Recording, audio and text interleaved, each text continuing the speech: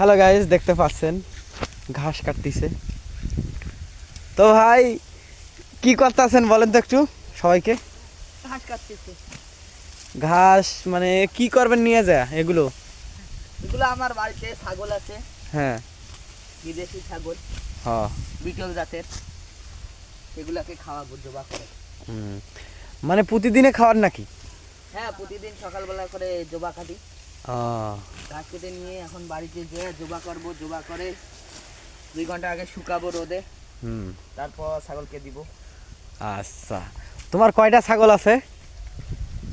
আমার এখন ছাগল আছে 4টা, তার মধ্যে 2টা প্রেগনেন্ট। আহ, কিছুদিনের মধ্যেই বাচ্চা হবে।